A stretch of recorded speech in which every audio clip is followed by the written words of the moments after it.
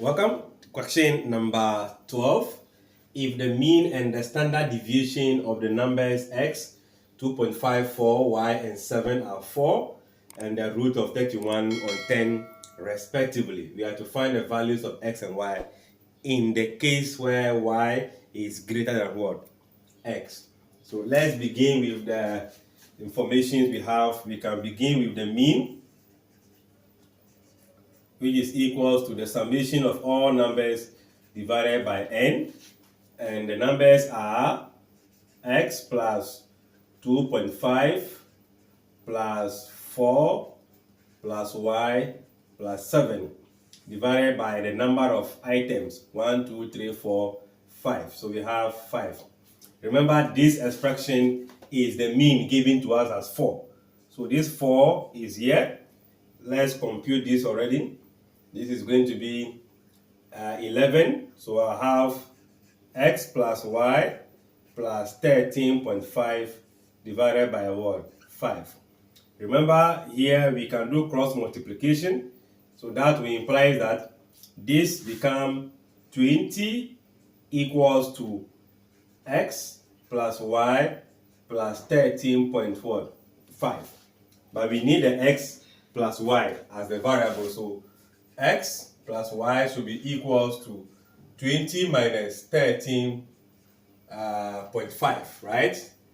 And this will be giving you x plus y equals to 6.5 if we do that subtraction in there. At this point, we can't do anything further. So we look at the second aspect of the question, which is talking about the standard deviation.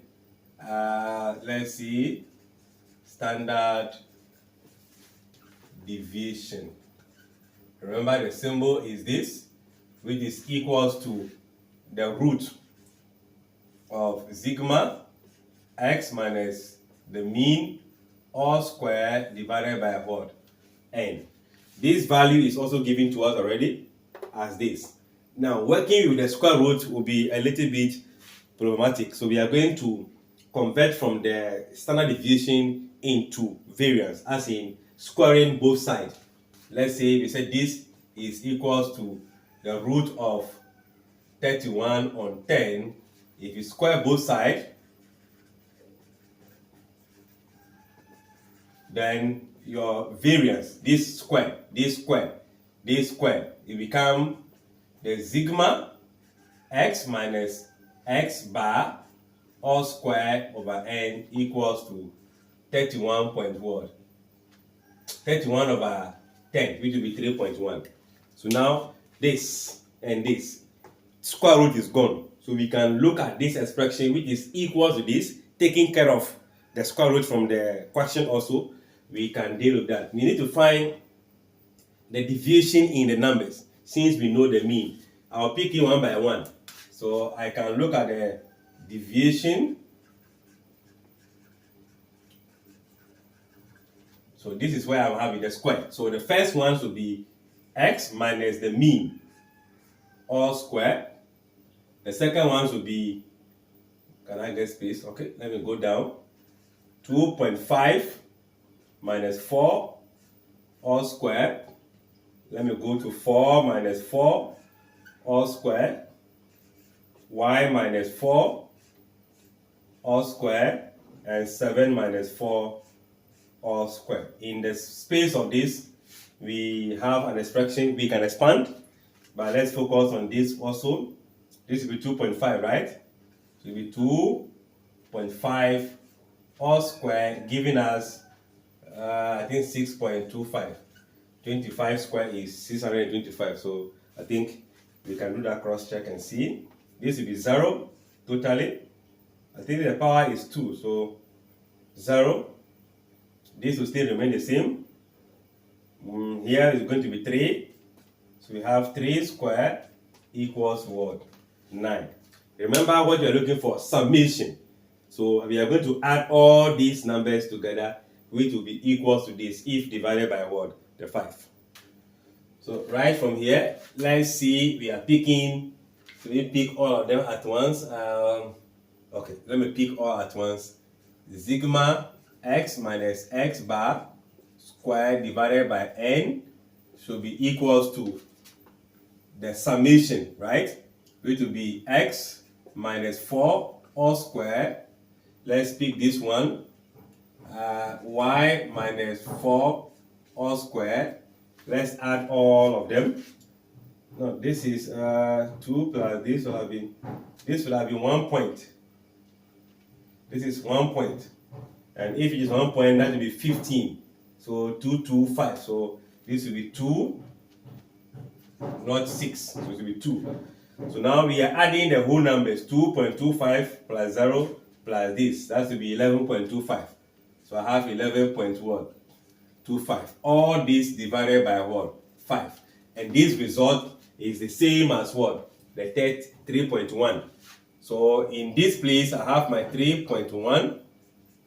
Still x, 4 squared, y, 4 squared, 11.25, all divided by what? 5. So here we are going to cross multiply. This will be 15, right?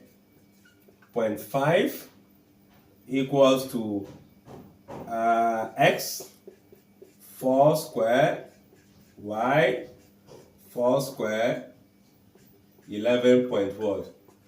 This is a constant. This is a constant. So what do? We let this one come here, right? So I should be having x minus 4, x minus 4, and y minus 4 should be equals to 15 minus this. If we take away 11 from here, 4. Then 5 minus this, it will be 4.25. So let's see, that will be 4.25. So this becomes a second equation which we cannot solve without knowing one of the variable. So I'm going back to equation 1. So we can say that from equation 1, let's say y is equals to 6.5 minus x, making y the subject. So if y goes, it means that in place of this, I should have what? This value. So that means that x minus 4 squared plus, into bracket, 6.5 minus x minus 4 all squared equals what? 4.25. You could as well find the value of this right away from the beginning. So let's see. Can I expand all the way? Let's expand. So this is going to be x squared twice their product minus 8x. The square of this will be 16. Do I have to expand at once? This is going to be 2.5. If we subtract 4 from 6.5, becomes 2.5 minus what? Minus x. And 2.5 squared. So let's do it and show that 6.5 minus this is 2.5 minus x equals to 4.25. And by repetition, x squared minus 8x, 16. If you square this, you should be having 25 times 25, so 6.25. If you find the twice of this, will be 5. X, the square of this will be plus what? X squared equals to 4.25, just by expanding it. So now let's look for common terms or like terms. X squared, x squared. That gives you x squared, 2 of it. Then minus 8x minus 5x will be minus 13x.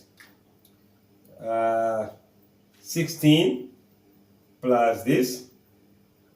Well, let's bring in this first to come and subtract from here. 2.25.25 will go.